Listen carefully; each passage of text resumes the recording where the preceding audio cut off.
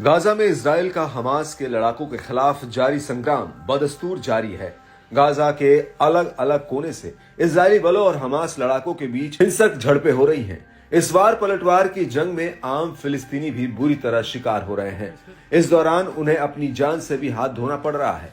ताजा मामला बीते 24 घंटे का है, जहां गाजा के अलग अलग हिस्सों में इजरायली सेना ने जोरदार हमला बोला है। इजरायली सेना ने गाजा के कई इलाकों को निशाना बनाकर हमला किया।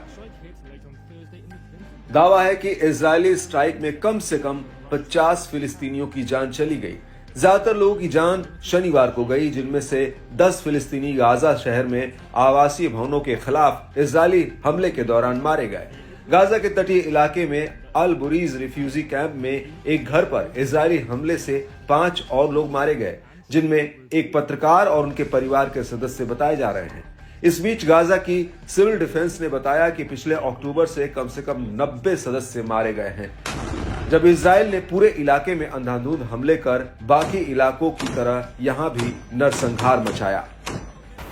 इसके अलावा इजरायली युद्धक विमानों ने सेंट्रल गाजा में डेर अल बलाह शहर के पश्चिम में अल डोर्रा स्टेडियम में भी जमकर धावा बोला।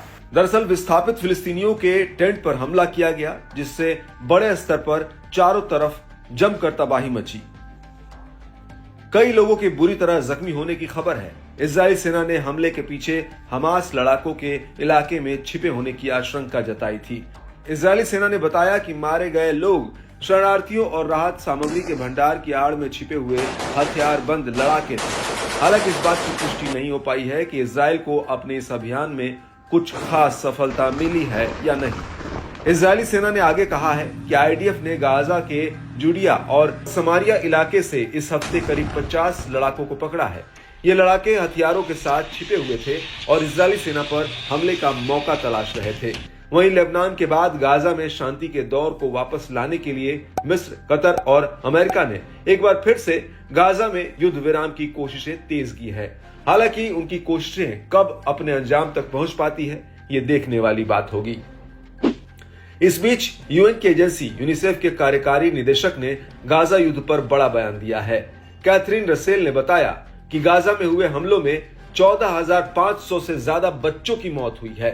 तुरंत वैश्विक कार्रवाई का आह्वान किया कि बच्चों पर आए दिन कहर बनकर टूट रहा मुसीबतों का पहाड़ अब रुकना चाहिए। गाजा के बच्चे रक्तपात, भूख, बीमारी और ठंड से बुरी तरह जूझ रहे हैं। दुनिया गाजा के बच्चों की दैनिक हिंसा को लेकर उदासीन बनी हुई है। इजराइल को बच्चों के दर्द को खत्म करने के लिए निर्णायक कार्रवाई करनी चाहिए।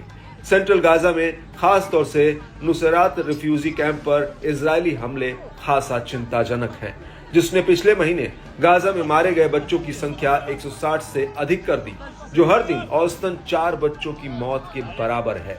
वहीं उत्तरी गाजा में अकाल का खतरा गंभीर बना हुआ है, जहां पिछले 71 दिनों से कब्जे और घेराबंदी के खतरनाक अभियान को इजराइल ने तेज किया है। यह हालात गाजा के लोगों के लिए बहुत चिंताजनक है।